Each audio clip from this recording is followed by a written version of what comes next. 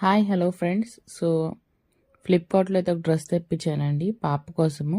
450 rupees పట్టింది. Palazzo set అనమాట. ఎగ్జాక్ట్గా పిక్చర్లో అయితే ఫస్ట్ చూపించాను కదా, ఆ పిక్చర్లో లాగైతే రాలేదు, కొంచెం అటు ఇటుగా వచ్చింది. పర్లేదు అనిపించింది 450కి. సో అందుకని ఉంచేసుకున్నానండి. సో ఇలా అయితే ఒక టాప్, ఒక ప్లాజో, ఒక చున్నీ వచ్చిందండి.